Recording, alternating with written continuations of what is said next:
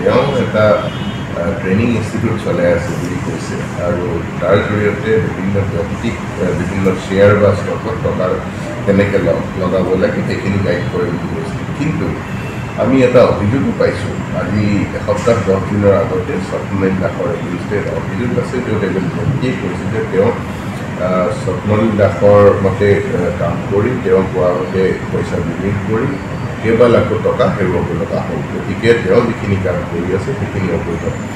এই আইনখনৰ মতে এনেকুৱা ধৰণৰ যদি আনৰেগুলেটেড ডিপজিট সংগ্ৰহ কৰে আৰু সেই সংগ্ৰহ কৰি যদি ক'ৰবাত বিনিয়োগ কৰে আৰু সেই বিনিয়োগ কৰোঁতে যদি কাৰোবাৰ পইচা হেৰায় তেতিয়াহ'লে ইয়াত পানিছমেণ্টৰ ব্যৱস্থা আছে আৰু সেই পানিছমেণ্টটো 10 বছৰলৈকেও যাব পাৰে।